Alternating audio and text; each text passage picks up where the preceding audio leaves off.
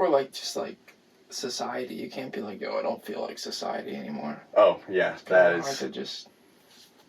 That's part of the reason I'm moving to Hawaii, because. Oh yeah. Just going out to like the island life, like so carefree over there. It's not like here. It's like American dream: get married, have kids, work a 9 to 5. In Hawaii, it's like, dude, like let's just surf. Like if you went there, you'd just be running around the island. Yeah. What island are you going to? Oahu. Oahu. Yep. Sounds nice. Yeah. So why? So that is like the reality of things. So why are you going to Hawaii for specifically this book? And then also how are you trying to decide, like how are you coming to ultimate truth by going on this huge journey? Because I know you're going elsewhere after Hawaii. Yeah, definitely. I want to see the 4 corners of the earth. I do. And it's the question I'm trying to answer is God here? And could he work here? I want to meet Christians in these places. I want to meet the atheists in these places. I want to meet the religions that are specific to these places. And answer the question like, okay, you know, I see what the Bible is saying, but could it really be true? Like, I want the hard evidence. I'm not the type to just believe something just to believe it. Everything that I mentioned, as fanciful as it may sound, it's not really fanciful. It just may be far from what you're currently believing. It's all coming from this book, and we talked about how special this book is already. You know, like, even though the claims that it makes are kind of like, whoa, they're out there. We talked about the origins of the book and the prophecies, and like, we know that this book is basically, I'm proving that the book is legitimate, and now let's try to understand the content of it. You know what I'm saying? So like,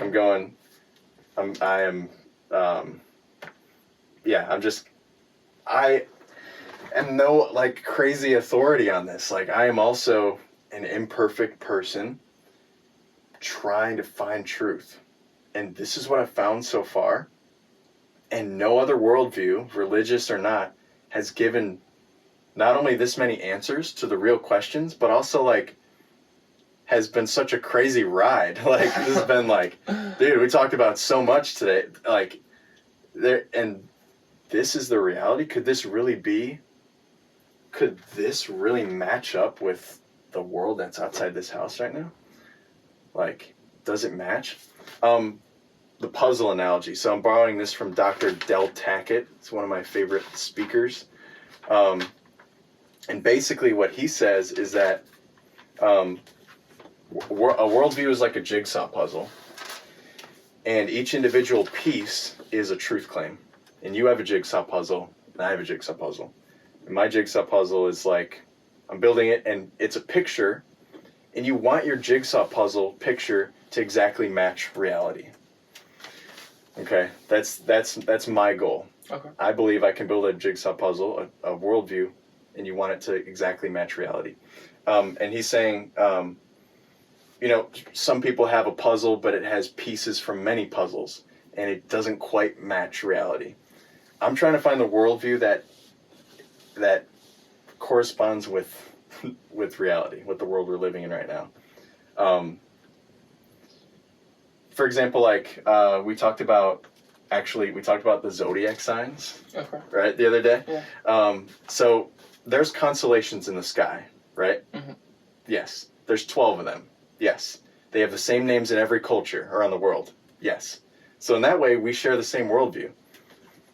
But the constellations were first noticed and named in Hebrew. And starting with Virgo, the Virgin, all the way to Leo, when God returns as a lion, Lion of Judah, the zodiac signs tell the story of Jesus' life, one sign at a time. Versus how people that are into like Wicca and like the Mother Earth, like all these like nature beliefs, non-God, non-Christian beliefs, say these stars actually teach us about our personality and they have wisdom. Mm-hmm. So my worldview has stars in it, but it claims to tell the story of Jesus. Your worldview has stars in it, but it claims something totally different. So I'm always kind of scrutinizing and looking at the puzzle that I'm building and making sure I'm using pieces from the Bible, and I'm seeing if that really works. Like, yeah, it's the jigsaw puzzle analogy. I don't know. It's interesting stuff. Dude, this is not the only supernatural thing on this earth. Like, we've got like UFOs, right? There's like these things that are like going at crazy speeds and like doing crazy turns that none of our aircraft can do. There's some supernatural things happening here on Earth. How are the pyramids built? Right? Pyramids are really interesting. Their exorcisms happen. Tarot card readings happen. Witch gatherings happen. Voodoo happens.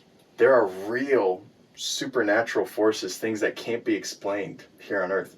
Even in the Bible, there's this guy named Samuel, and there's a guy named Saul, and he's not getting an answer from God.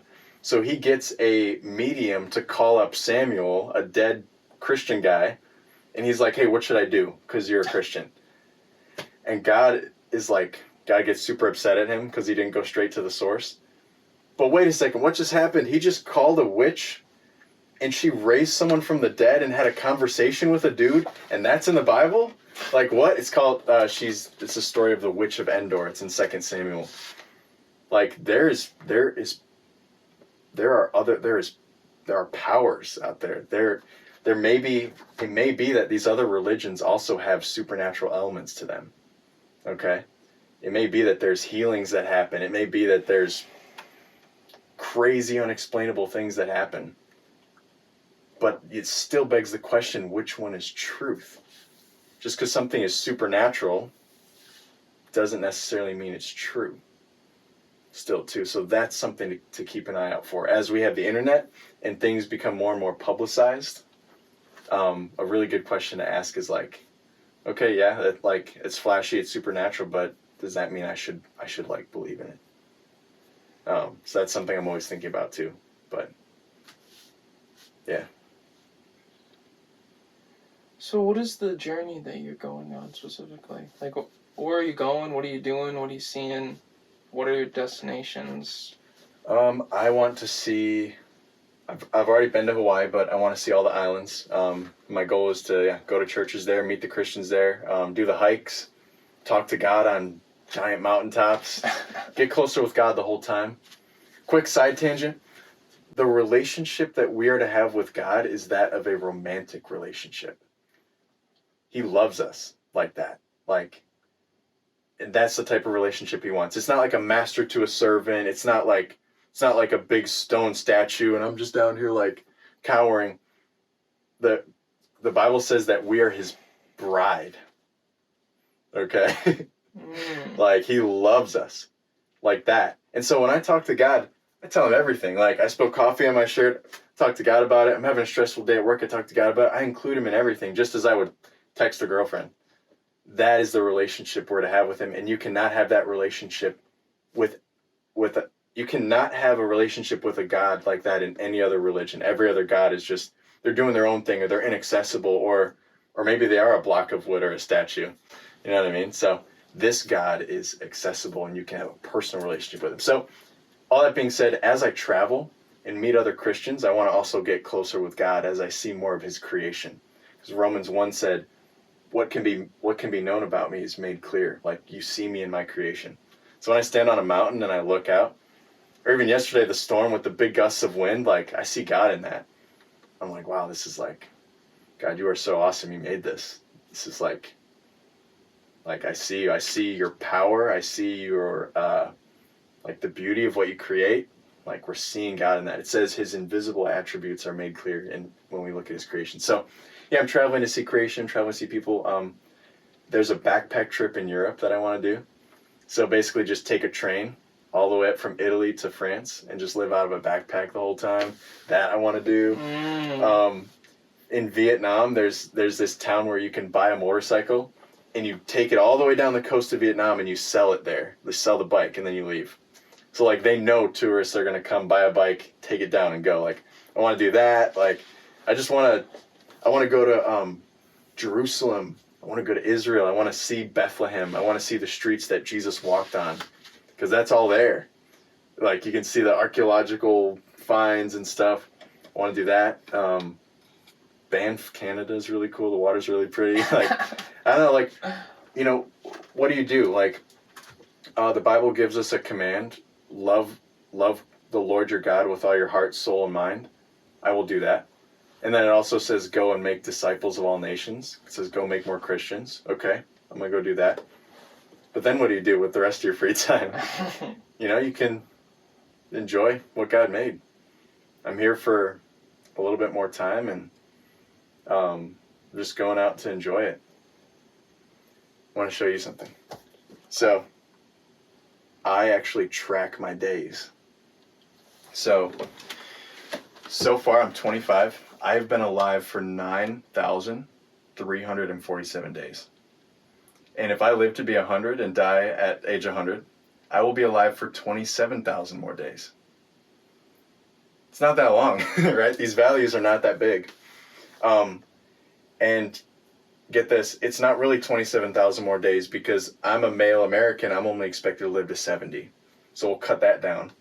And then how much of that time is spent sleeping, literally unconscious? Little less than half, okay? And did you know that we spend 10% of our lives with our eyes closed due to blinking? 10% is just like this. We're really not here for that long, bro. Not that long at all. The Bible says that our lives are like a vapor in the wind.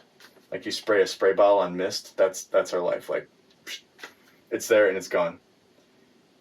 I just want to live it to the best of my ability and live intentionally. I also have a clock in my room. It's an 11-digit clock. It's a shot clock like you would see at a basketball game. And it has 75 years, however many months, weeks, days, minutes, seconds. And I go to bed at night, I look at that clock, and that's my life ticking down. And, like, some people would say, like, okay, that's morbid. But I would argue that it's not. If you're morbid, you have an extra focus on death. This is not an extra focus on death. This is just the reality. I'm going to die in 75 years if I live to 100. So by looking at that clock, I'm sitting in my bed and I'm like, do I really want to sit on TikTok for an hour of that time? Do I really want to hang out with this person I don't want to hang with? Do I want to stay at this job? Do I want to keep eating the way I'm eating? Do I want to sleep an extra 10 minutes? Like, that's your life. We're not here for that long. So I live with great intention. And having that knowledge, that awareness of how much longer I'm going to be here, if nothing happens, if I don't die earlier, you know, that helps me to live very intentionally. And that is kind of why, like, I'm looking for truth with all my might. And that's why I want to go out and travel and experience life at any cost. You know, why leave Apple after 6 years? I'll have to travel. Why search for truth? Because I'm only here for a little bit, and if, in a lot of these cases, if I'm wrong, my soul is not going to a very good place. So we need to figure it out. But what is true? What can I actually know that I know? Through only one source, God. Jesus says, I am the way, the truth. All right, so that's why I'm stuck on Christianity, because it seems to answer that. I believe it does answer it. And so I'm like, yeah, while I'm here, I need to figure this out.